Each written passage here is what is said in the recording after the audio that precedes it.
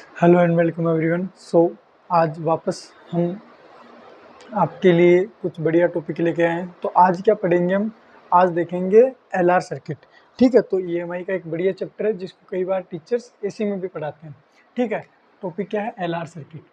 LR जो circuit है, ठीक है, उसमें क्या होता है क्या नहीं होता इस चीज़ को पूरा डिटेल में देखेंगे।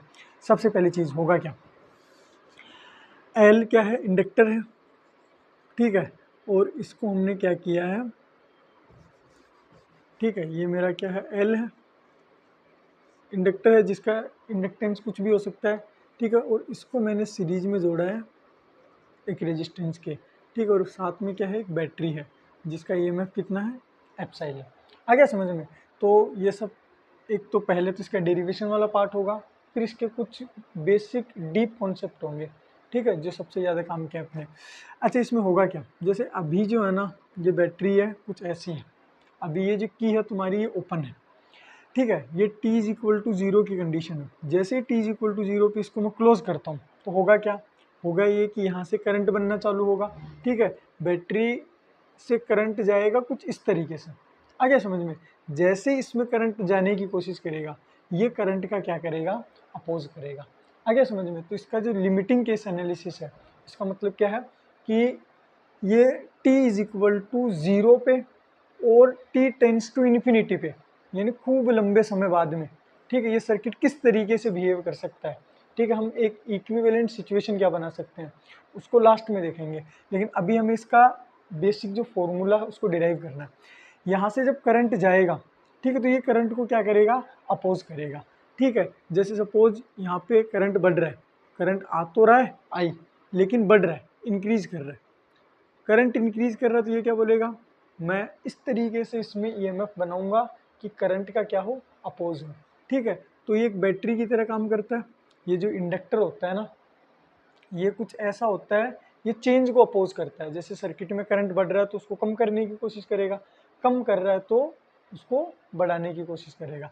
जैसे इसमें करंट इंक्रीज कर रहा है तो ये अपना पूरा इफेक्ट दिखाएगा एक ऐसी बैटरी का। ठीक है, इस पूरे की जगह अगर मैं एक ऐसी बैटरी लगा दूँ तो वो क्या करेगा? इसका अपोज करेगा। आ गया समझ में? और उस ईएमएफ की वैल्यू होती है L D I by D T. यानी अगर सर्किट में कोई करंट जो है उसमें कोई चेंज ही नहीं है तो ये सीधा एक तार की तरह काम करेगा, कंडक्टर की तरह। ठीक है, क्योंकि D I by D T में अगर आई कॉन्स्टेंट है, करंट कॉन्स्टेंट है, तो उसका डिफ्रेंशिएशन क्या हो जाएगा? जीरो। ठीक है, तो इसको थोड़ा सा ऐसे देखते हैं। फिर मैं इसमें पूरे लूप में घूम रहा हूँ, लूप में घूमे यहाँ से यहाँ। ठीक है, तो लूप में घूमे यहाँ से यहाँ, तो ये सपोज मेरे पास पूरा का पूरा सर्किट कुछ इस तरीके से दिख गया।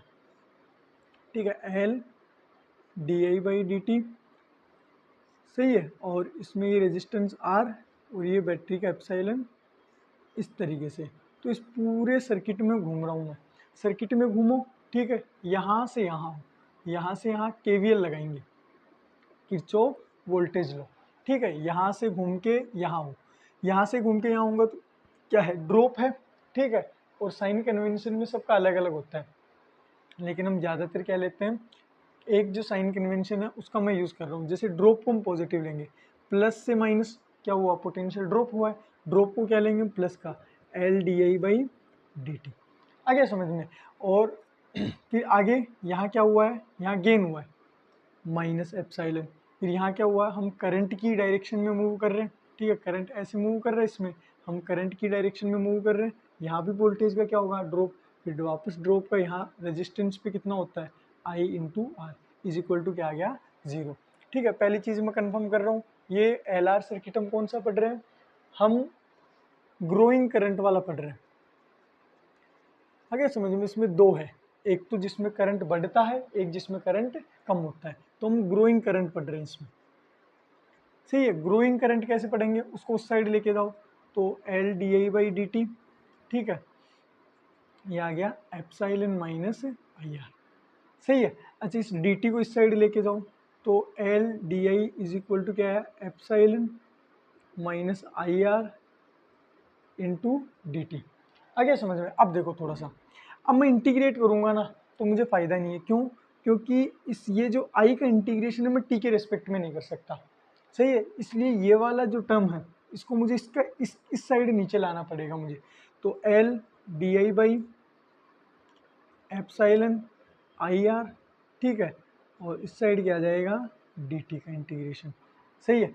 अच्छा दोनों साइड क्या कर दो इंटीग्रेशन, लिमिट लगाओ कहाँ, t is equal to zero पे, t is equal to zero पे जो तुम्हारा करंट है, इधर लिमिट किसके रखेंगे, इधर लिमिट रखेंगे जिसके रेस्पेक्ट में इंटीग्रेशन करते हैं, इधर लिमिट रखते हैं किसकी, जिसके रेस्पेक्ट में इंटीग्रेशन करते हैं। तो यहाँ किसके रेस्पेक्ट में किया हमने, करंट के रेस्पेक्ट में, तो यहाँ पे करंट कितना है जीरो, तो किसी टाइम t के ऊपर क्या होगा t, ठीक है। ये वाला केस हम खूब बार करते हैं। इसका इंटीग्रेशन करो तो l कॉन्स्टेंट बाहर, i का integration epsilon upon I R, ठीक है। तो क्या होता है, क्या L N epsilon minus I R होता है, लेकिन अपोन में क्या आता है, जो आई का मल्टीपल है वो कहाँ आता है, डिवाइड में। तो आई का मल्टीपल क्या है, माइनस आर, ठीक है, इज इक्वल टू क्या है, इधर टी का वन का इंटीग्रेशन टी के रेस्पेक्ट में कितना आ गया टी, ठीक है, जीरो से टी, तो ये कितना आ गया टी माइनस जीरो, अपर लिमिट माइनस लोअर लिमिट।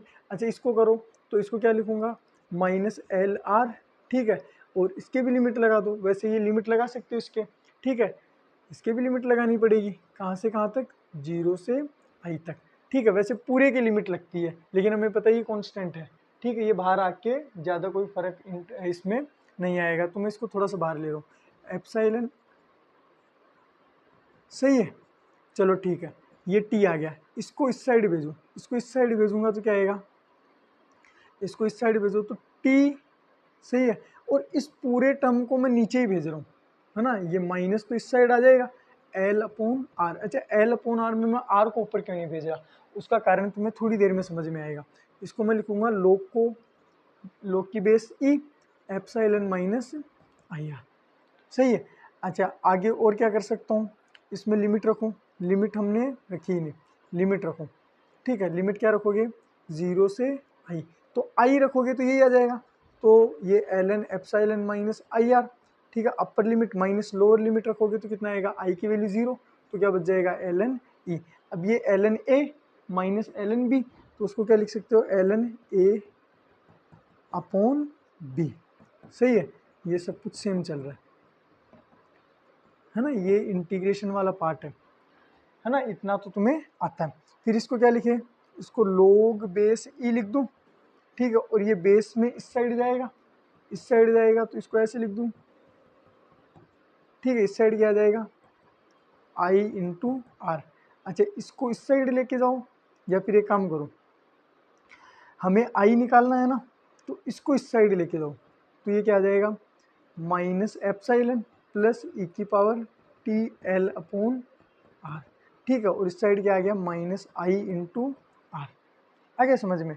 तो सबसे उससे पहले क्या होगा, उससे पहले हमने एक गड़बड़ कर दी, गड़बड़ क्या की, ये एप्साइलन डिवाइड में ना लगा के, इस एप्साइलन को यहाँ लेके जाएंगे तो ये कितना हो जाएगा, यहाँ पे एप्साइलन ई, फिर इसको इस साइड लेके जाएंगे, यानी यहाँ क्या बच गया एप्साइलन, फिर हम क्या करें माइनस आई से क्या कर दे डिवाइड, ये माइनस आर से डिवाइड कर दो, तो आई इज इक्वल टू क्या आ जाएगा यहाँ, ये तो प्लस का हो जाएगा, ये माइनस का, ठीक है, तो ये हो गया एप्साइलन अपॉन आर माइनस, ठीक है, यहाँ पे आ जाएगा एप्साइलन अपॉन आर ई की power minus T L upon R, सही है।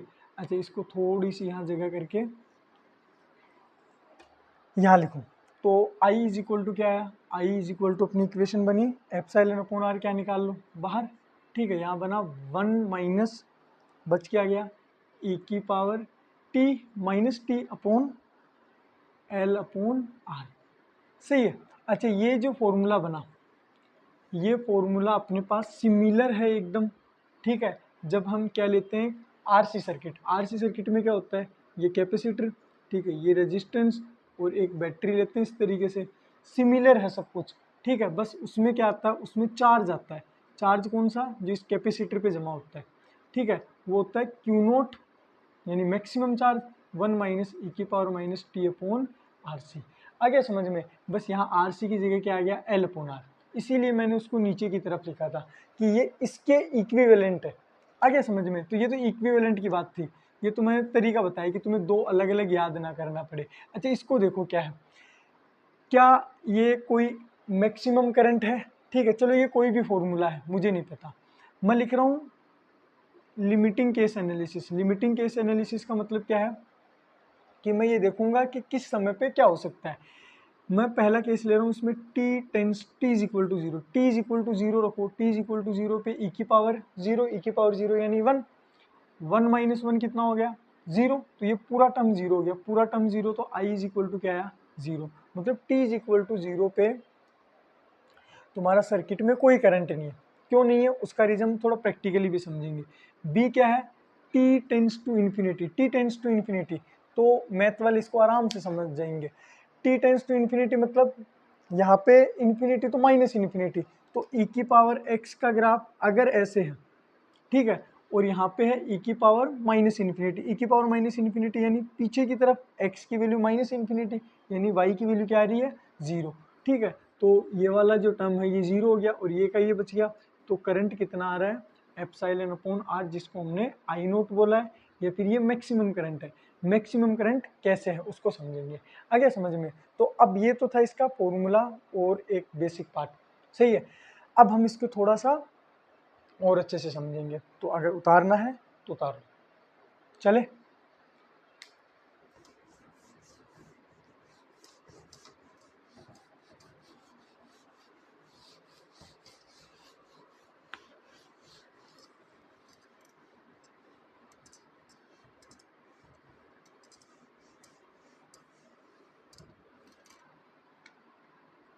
देखो होगा क्या, ये मेरे पास इंडक्टर है, ठीक है, ये मेरे पास वो रेजिस्टेंस है, ये बैटरी है, एप्सिलॉन आर और ई में ये तुम्हारा L D I by D T, ठीक है। इस रेजिस्टेंस को मैं यहाँ बना रहा हूँ सीरीज में, है ना, डेरिवेशन में कोई फ़र्क नहीं पड़ेगा इसका। पहले हमने थोड़ा सा अलग बनाया था, यहाँ पे थोड़ा सा अलग है ना, तुम्हें पता वो सीरीज में एक ही मतलब है दोनों का। रेजिस्टेंस यहाँ सोचो, ये जो तुम्हारा रेजिस्टेंस है ये काम किस पे करता है, ठीक है, ये रहा तुम्हारा कैपेसिटर, ये किस पे काम करता है, ये रहा तुम्हारा इंडक्टर, ये किस पे काम करता है। तीनों का जो वर्किंग है ना उसको ध्यान से समझो। अगर इसके अंदर करंट जाता है तो ये करंट जो है ये रेजिस्टेंस हीट में क्या कर देता है, लॉस कर देता है, ठीक है। जैसे एक रेजिस्टेंस है उसमें करंट गया, आई स्क्वायर आर टी से क्या करेगा, एनर्जी को लॉस करेगा, है ना, सिस्टम में डिसिपेट हो जाती है तुम्हारी एनर्जी, जैसे हीटर में होता है। आगे समझ में। कैपेसिटर क्या करता है, कैपेसिटर काम करता है, ये करंट पे काम करता है, ये चार्ज पे काम करता है। आगे समझ में, चार्ज पे कैसे, ये अपने ऊपर चार्ज को जमा करता है, जैसे कोई चिल्लर जमा करता है ना, वैसे ये चार्ज को जमा करता है, ये चार्ज को इकट्ठा करता है अपने आसपास, मतलब अपने आसपास कितना वोल्टेज ड्रॉप हो सकता है, ठीक है, उस वोल्टेज को ड्रॉप करता है Q is equal to C V से, ठीक है। तो V इज इक्वल टू क्या आ गया, Q बाई सी से, ठीक है। ये एग्जैक्टली तुम्हारा V is equal to I R के इक्विवेलेंट है। कैसे, यहाँ पे वोल्टेज करंट इंटू रेजिस्टेंस है, यहाँ पे वोल्टेज Q अपॉन सी है, ठीक है। अच्छा ये करंट इंटू रेजिस्टेंस हुआ, तो यहाँ पे करंट का काम कौन करेगा, चार्ज, जैसे ये करंट पे काम कर रही है, चार्ज पे काम कर रहा है। यहाँ पे रेजिस्टेंस है, रेजिस्टेंस मतलब कितना उसको प्रतिरोध मिल सकता है, कितना उसको अपोज मिल सकता है। कैपेसिटेंस का मतलब क्या हो गया, कितना ज़्यादा एक्सेप्ट कर सकता है, ठीक है। तो दोनों क्वांटिटी एक दूसरे के क्या है, रेसिप्रोकल है, इसलिए मैं क्या बोल सकता हूँ, जहाँ आर आएगा वहाँ पे सी का क्या आएगा, उल्टा आएगा, तो 1 अपॉन में आ गया, ठीक है। थोड़ा सा याद करने के लिए क्या है, ट्रिक है। तो V is equal to I R, जैसे आई का काम क्यों कर रहा है और आर का काम 1 अपॉन सी कर रहा है, ठीक है। अच्छा ये काम किस पे करता है, ये ना तो चार्ज पे काम करता है ना करंट पे, ये करंट के चेंज पे काम करता है, ठीक है। ये आता है L D I by D T, इसको चेंज बिल्कुल पसंद नहीं है, ठीक है। अगर तुम करंट को बढ़ाने की कोशिश करोगे तो ये बोलेगा नहीं, मैं एक ऐसी बैटरी बना दूंगा जो उसका क्या करेगी, अपोज, अपना पूरा दम लगा देगा उसको कम करने का। अच्छा करंट जब कम होने की कोशिश करेगा तो उसको बढ़ा देगा, आगे समझ में। तो ये करंट के चेंज पे काम करता है, आगे समझ में। और चेंज देखो क्या है, जैसे एग्जांपल के लिए पहले सर्किट में करंट 0 था, ठीक है। जैसे एक तो सर्किट में पहले 15 का करंट था और अब कितने का हो गया, अब हो गया तुम्हारा 17 एम्पियर का। तो कितने का चेंज आया, सब कुछ ये एक सेकंड में हो रहा है, कितने का आया, 2 एम्पियर का चेंज आ गया, ठीक है। एक आया मेरे पास 3 एम्पियर का करंट है, ठीक है, और 10 हो गया, कितने का चेंज आया, 7।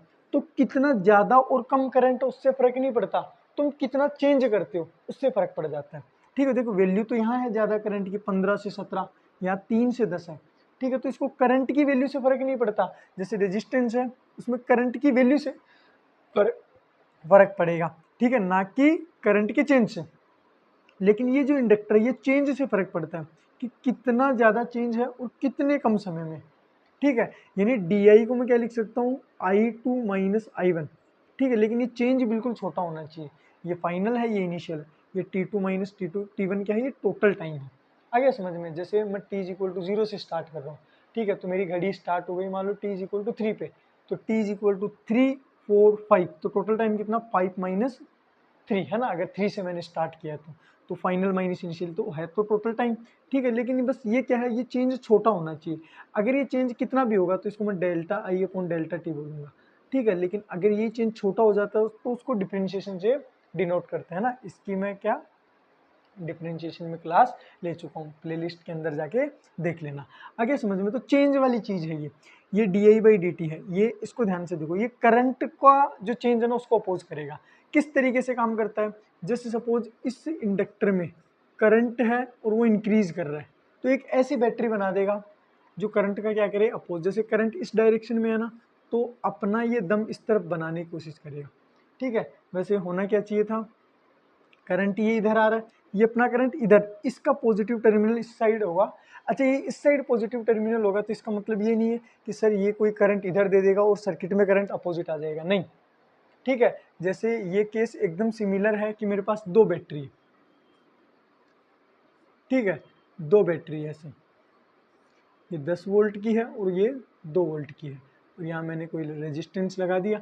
अच्छा, मेन इफेक्टिव बैटरी कौन सी है, ऐसा नहीं कि करंट इससे भी निकलेगा इससे भी निकलेगा, ठीक है। कोई भी एक बैटरी को इफेक्टिव मान लो तुम, ठीक है। अगर तुमने कुछ गलत माना है तो तुम्हारी वैल्यू नेगेटिव में आ जाएगी। जैसे तुम मानोगे कि यहाँ से करंट निकल रहा है, ठीक है, यहाँ से करंट निकल रहा है और तुमने मान लिया कि वो करंट आ रहा है कोई भी आई, फिर तुम जब KVL KCL लगाओगे तो तुम्हारी वैल्यू माइनस में आ जाएगी, मतलब तुमने उल्टा माना, ठीक है। मतलब ये बैटरी इफेक्टिव थी। थोड़ा सा ऐसे आइडिया लगा के कर लिया करो।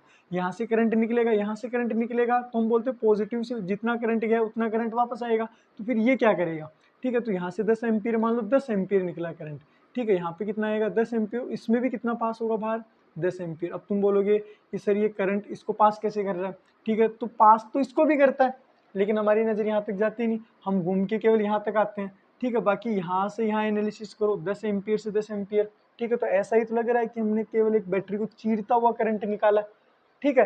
तो इसमें भी ऐसा ही है। अब ये क्या है, डिस्चार्जिंग बैटरी है, ये तुम्हारी चार्जिंग बैटरी है, ठीक है। आगे समझ में। यहाँ पे तो क्या है, ये थोड़ा सा सही बन गया ना, इसको थोड़ा सा ऐसे करो, हाँ। अब देखो, अब ये बैटरी क्या करेगी, अपना ऐसे दम लगाने की कोशिश करेगी, 2 वोल्ट की बैटरी है, ठीक है। तो इसकी वजह से ऐसा नहीं होगा कि करंट तुम्हारा ऐसे ही बन जाएगा, दो करंट कैसे हो सकता है, ये एक लूप है, एक लूप में एक ही करंट होगा, लेकिन ये अपना दम जरूर लगाएगा, ठीक है। जितना इफेक्ट तुम्हारा 10 वोल्ट का हो सकता था, ठीक है, अब ये 10 वोल्ट जितना होने नहीं देगा, ठीक है। ये इफेक्टिव बैटरी क्या कर देगा, कम कर देगा, मतलब सर्किट में करंट क्या कर देगा, कम। ये भी ऐसा ही काम करेगा कि एक ऐसी बैटरी बनाएगा जो इस करंट को क्या करने की कोशिश करेगी, कम। कैसे, अपोजिट डायरेक्शन में बैटरी लगा के। आगे समझ में। जैसे ये सपोज इस सर्किट से आ रहा है सब कुछ, यहाँ से करंट आ रहा है, यहाँ से करंट बढ़ रहा है, तो उसको अपोज कर रहा है, ये अपना करंट इस साइड फेंकने की कोशिश कर रहा है। आगे समझ में। तो जितना पोटेंशियल ड्रॉप एक रेजिस्टेंस के थ्रू होना चाहिए था आगे जाके, ठीक है, तो वहाँ हो ही नहीं पाएगा, ठीक है। कुछ ड्रॉप ये भी ले लेगा, जैसे ये 10 वोल्ट की बैटरी है, ठीक है, 2 वोल्ट पूरा का पूरा 10 वोल्ट यहाँ ड्रॉप होना चाहिए था, ठीक है, लेकिन ये 2-3 वोल्ट तो खुद खा गया, ठीक है। तो यहाँ वोल्टेज क्या मिला, कम। तो टोटल करंट क्या मिलता हमें, कम। वो मिलता इनडायरेक्टली है, लेकिन ये अपना दम पूरा लगाता है। आ गया समझ में। तो इसमें थोड़ा सा दिमाग लगाना। t इज इक्वल टू 0 है ना, हमने इसको ऐसे कनेक्ट किया, t इज इक्वल टू 0 में कोई करंट नहीं था, t इज इक्वल टू 0 पे, t इज इक्वल टू 0 पे, है ना, करंट कितना है 0। t is equal to suppose एक 0.01 सेकेंड में तुमने स्विच को ऑन कर दिया, इतने से टाइम में ये करंट क्या हो गया, कुछ ना कुछ आई नोट हो गया, ठीक है। तो जैसे तुमने इसको 0 चालू किया, सडनली ये क्या होगा, करंट इसमें बनाने की कोशिश करेगा, ठीक है। करंट बनाने के लिए क्या करेगा, ऐसे आएगा। तो ये जो D I by D T है, ये जो चेंज है, ठीक है, ये जो तुम्हारा करंट का जो चेंज है, ठीक है, ये एकदम से क्या हो गया, ज़्यादा हो गया, टाइम बिल्कुल कम है तो ये वैल्यू इफेक्टिव हो गई, ये वैल्यू इफेक्टिव हो गई मतलब सपोज ये 10 वोल्ट की बैटरी थी, पूरा का पूरा 10 का वोल्टेज यहाँ ड्रॉप हो गया, ठीक है, ये दो जगह ड्रॉप होगा, यहाँ प्लस यहाँ, ठीक है, यहाँ ड्रॉप करने के लिए तुम्हारे पास वोल्टेज क्या हो गया, जीरो, अगर यहाँ वोल्टेज जीरो है तो करंट भी क्या है, जीरो, कैसे, V is equal to I R, ठीक है, वोल्टेज जीरो तो करंट भी जीरो, आगे समझ में, मतलब पूरा का पूरा वोल्टेज ड्रॉप अपने पास ले लेगा, आगे समझ में। अब तुम्हारे दिमाग में ये आ रहा होगा कि सर आई क्या है मेरा, जीरो है, तो जीरो का डिफरेंशिएशन तो जीरो, तो यहाँ पे तो फिर जीरो आना चाहिए, फिर वोल्टेज यहाँ कुछ ना कुछ आना चाहिए, ठीक है, तो ज़रूरी नहीं, ठीक है, जैसे सपोज आई और टी के बीच में मेरा कोई ग्राफ है, ठीक है, और यहाँ से मेरा कोई ग्राफ स्टार्ट हो रहा है ऐसे, है ना, ऐसे स्टार्ट हो रहा है, ठीक है, t is equal to zero पे करंट कितना, जीरो, लेकिन t is equal to zero पे D I by D T कितना, D I by D T का मतलब क्या होता है, इसका डिफरेंशिएशन इसके रेस्पेक्ट में, यानी इस ग्राफ का इस पॉइंट पे स्लोप कितना, i is equal to zero पे, i is equal to zero पे स्लोप कितना है, पॉजिटिव है, नेगेटिव है, ये जीरो है, तो स्लोप वाली क्लास हमने पढ़ रखी है, ठीक है, तो ये स्लोप क्या है, पॉजिटिव, स्लोप पॉजिटिव है मतलब ये क्या है, पॉजिटिव, पॉजिटिव मतलब ज़रूरी नहीं कि जो फिजिकल क्वांटिटी अपने पास जीरो है किसी इंस्टेंट पे, वैसे तो वेरिएबल है कि टाइम के साथ बढ़ती है, ठीक है, टाइम के साथ बढ़ती है फिर क्या हो जाती है, कांस्टेंट, उसका जो चेंज है किसी इंस्टेंट पे, ठीक है, वो भी जीरो हो, जैसे एग्जांपल के लिए मेरे पास एक्सेलरेशन होता है वो D V by D T होता है, ठीक है, अगर वेलोसिटी किसी इंस्टेंट पे जीरो है तो इसका मतलब ये नहीं कि एक्सेलरेशन जीरो है, कैसे, वो थोड़ा सा याद करो ग्रेविटी का केस, कि इस इंस्टेंट पे एक बॉल को मैंने छोड़ा है, यहाँ पे वेलोसिटी तो तुम्हारी जीरो है, लेकिन इसका एक्सेलरेशन क्या है, जी है, 10 मीटर पर सेकेंड स्क्वायर, आगे समझ में, तो वो जीरो नहीं है, थोड़ा सा समझ में आया होगा तुम्हें कि जरूरी नहीं कि कोई फिजिकल क्वांटिटी अपने पास किसी इंस्टेंट पे क्या है, जीरो है, तो उसका जो चेंज है वो भी जीरो है, ठीक है, तो यहाँ पे भी ऐसे ही है, सर्किट में करंट शुरुआत में जीरो है, यहाँ करंट जीरो आया तो यहाँ भी जीरो है, लेकिन उसका चेंज क्या है, जीरो नहीं है, तो इसको ऐसे समझ सकते हैं कि यहाँ से ये एकदम से करंट फ्लो करने की कोशिश करेगा, ये वोल्टेज ड्रॉप करेगा यहाँ और यहाँ, ये पूरा का पूरा 10 का वोल्टेज ये खा जाएगा, ठीक है, ये एक ऐसी बैटरी बना देगी जिसका ईएमएफ क्या है, इसके बराबर, टोटल ईएमएफ जीरो हो जाएगा, रेजिस्टेंस को क्या मिलेगा, जीरो, आगे समझ में, इसका मतलब क्या है, T is equal to zero पे, ठीक है, इसको ऐसे भी समझ सकते हो कि ये करंट बढ़ना चाहता है एकदम से, ठीक है, और ये जो तुम्हारी इंडक्टर कोयल है ये बोलेगी मैं एकदम से कुछ भी बढ़ने नहीं दूंगी, ये पूरा का पूरा ड्रॉप ले लेगी, ठीक है, जैसे ये 20 की वोल्टेज है, 30 की वोल्टेज, ये पूरा का पूरा ड्रॉप लेगा,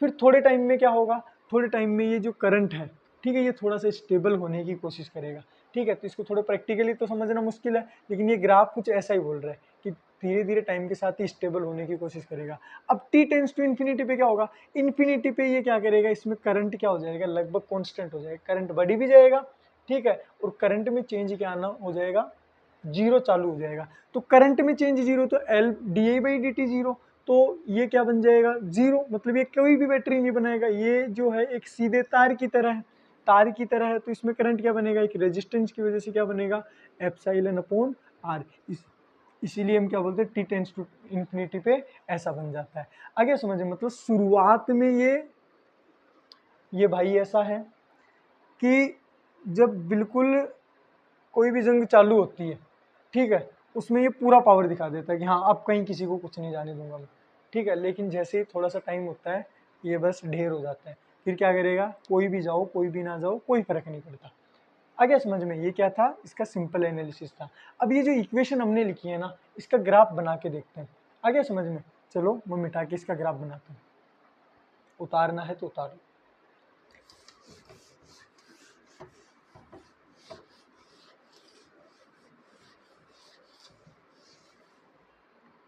ठीक है, इसका ग्राफ कैसे बनेगा, तो इसका ग्राफ देखो, इसको रख रहा हूँ मैं वाई एक्सिस पे, तो इसको वाई रखूंगा, ये मेरा कोई कांस्टेंट है, ठीक है, तो इस कांस्टेंट को मैं ले लेता हूँ एप्सिलॉन अपॉन आर, ऐसे की ऐसे, अच्छा टी के साथ बना रहा हूँ तो ये 1 माइनस ई की पावर, टी को मैं रख रहा हूँ एक्स एक्सिस पे, minus X L upon R, ये वापस क्या है, कांस्टेंट, अच्छा एक बार के लिए एल अपॉन आर को मैं क्या ले रहा हूँ, टाउ, टाउ क्यों ले रहा हूँ, टाउ इसलिए ले रहा हूँ, पहली चीज़ तो इसको बोलूँगा क्या, टाइम कॉन्स्टेंट,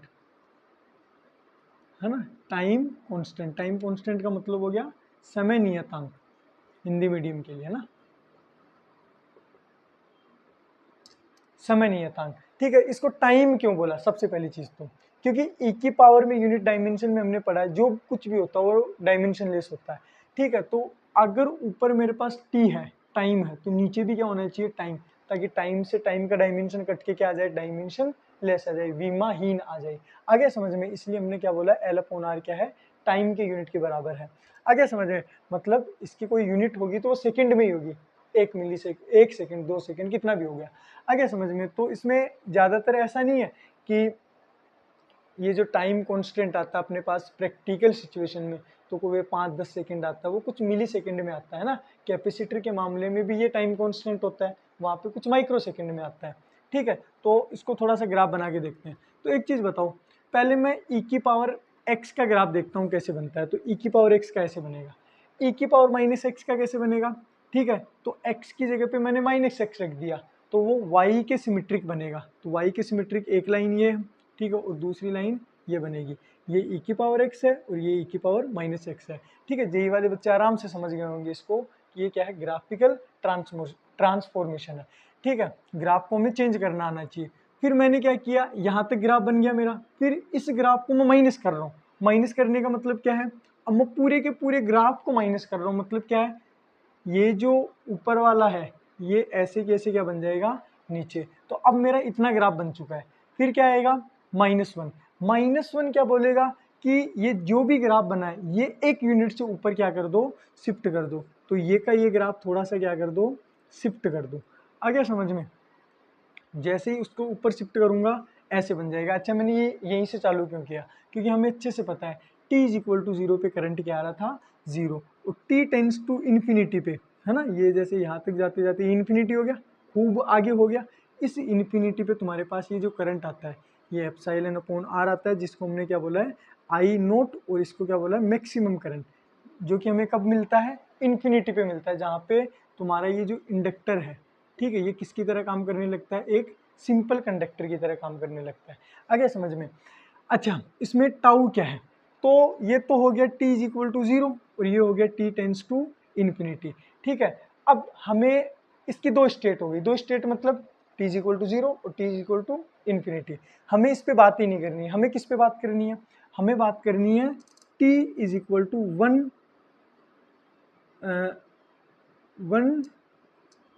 टी, जो टाइम है तुम्हारा वो एक टाउ पे है। एक टाउ का मतलब क्या है, टाउ को एल अपॉन आर बोल रखा है हमने, ठीक है। तो इसको ऐसे लिखूं, current is equal to I naught maximum 1 minus T upon क्या है, एल अपॉन आर। अच्छा, ये जो टी है ये टाइम के कौन सा लिया हमने, टाउ, टाउ क्या है, L upon R, L upon R रखूंगा तो टाइम की जगह एल अपॉन आर रखूंगा, L upon R, L upon R क्या हो जाएगा, कैंसिल, यहाँ क्या बच जाएगा 1 माइनस ई की पावर माइनस, और ये क्या हो गया, आई नोट, ठीक है, और ये क्या हो गया, करंट हो गया। अब थोड़ा सा इसके बारे में सोचो, क्या है, ई की पावर -1, ये 1 - 1/e है, ठीक है। तो एक वैल्यू अपने सबसे ज़्यादा काम में आती है, वो क्या है, ठीक है, ई क्या होता है, एक कांस्टेंट होता है जिसकी वैल्यू हमें पता है, ठीक है। अगर उसका इन्वर्स करेंगे ये कितनी होती है, 2.781, जितना मुझे याद है, ठीक है, बाकी तुम एक बार कंफर्म कर लेना, ठीक है। इसका इन्वर्स करेंगे ना तो ये वैल्यू याद रखने वाली है, ये कितनी होती है, 0.37, ठीक है। ये रटा कैसे, तो ये रटा इसलिए क्योंकि ये बहुत जगह काम में आएगा, ठीक है। कैलकुलेशन करके देख लो तुम्हारे एग्जाम में, पर ज़्यादातर ना ये के टर्म्स में आंसर आता है, ठीक है। जैसे इस पर 1-2 क्वेश्चन करेंगे ना तो समझ में आएगा, ये समझ में आया। अच्छा, ये हो गया, तो इसको अच्छे से करो, कितना हुआ, 1 माइनस कितना हो गया, 0.37, यानी ये कितना हो गया, एक माइनस करो इसमें से 0.63 आई नोट।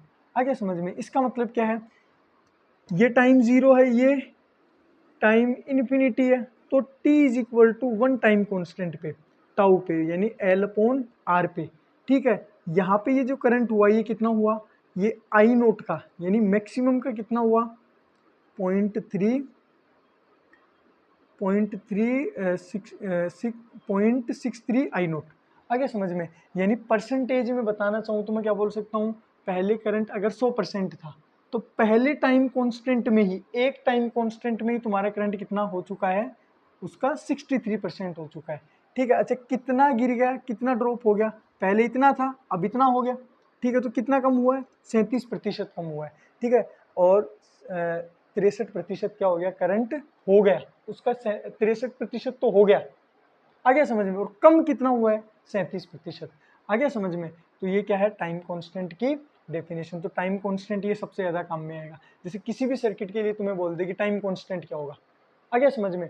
तो इस पे क्वेश्चन करें, क्वेश्चन क्या है वो देखो। चलो क्वेश्चन से पहले इसका ये कौन सा पढ़ लिया हमने, चार्जिंग सर्किट पढ़ लिया, ठीक है, जिसमें करंट की क्या होती है, ग्रोथ होती है, कि करंट बढ़ रहा है तुम्हारा, आ गया समझ में।